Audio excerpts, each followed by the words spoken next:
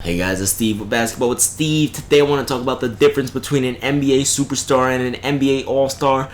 I actually do this sometimes too. I call All-Star caliber players superstars, and a lot of people do this. And one of my subscribers, Hogan Wolf, actually called me out on this, and I was like, you know what, you're right.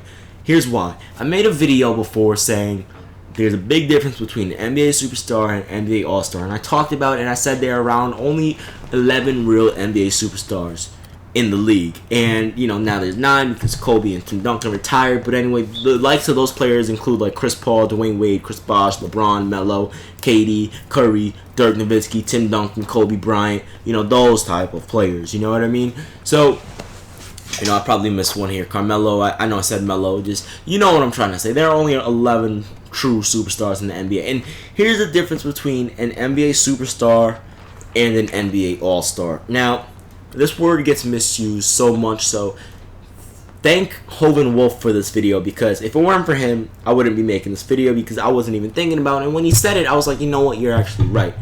So anyway, the difference. An NBA superstar is someone that changes the entire organization. A Carmelo type player, a LeBron type player, a Kevin Durant type player, Dwyane Wade, Chris Bosh, Chris Paul, those type of players, Kobe, Tim Duncan, Dirk Nowitzki, Kevin Durant, Steph Curry, those type players, you know what I mean? And an all-star caliber player is someone that gets there and it's like a step forward. Like, okay, we have an all-star now. Look what we have, Your Jimmy Butlers, your Damian Lillards, I actually might consider Russell Westbrook a superstar just because, he is like, so let's include Russell Westbrook in the superstars. But, like your Damian Lillards, your Jimmy Butlers, your Derrick Roses, your Joakim Noahs, your Paul Millsaps, like those are all-stars. And maybe James Harden as well as a superstar, but those are all-stars.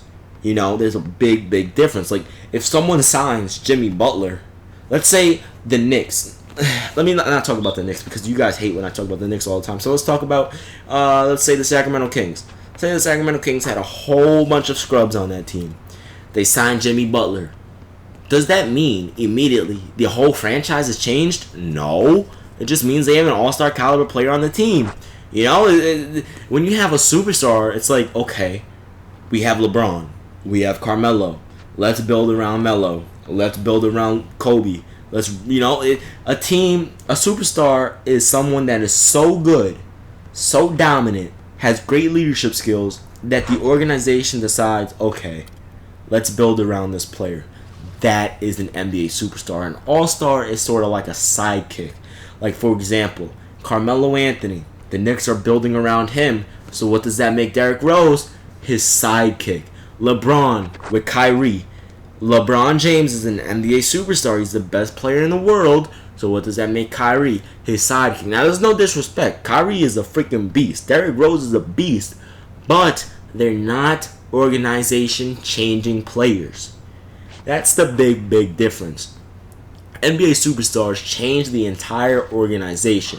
If a team gets Carmelo, they're building around Melo. If a team gets D Wade, they're building around Wade. Now, I know people are going to say, but you said Chris Bosh is an NBA superstar. Okay, let's be real for a second. If it weren't for the last 6 years of him playing with LeBron and Wade, what would his numbers be? What did he do in Toronto when Toronto was building around him? What did he do? Let's see. I'm pretty sure he averaged 23 and 10.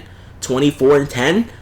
He is an organization-changing player, which is why I say Chris Bosh is a superstar.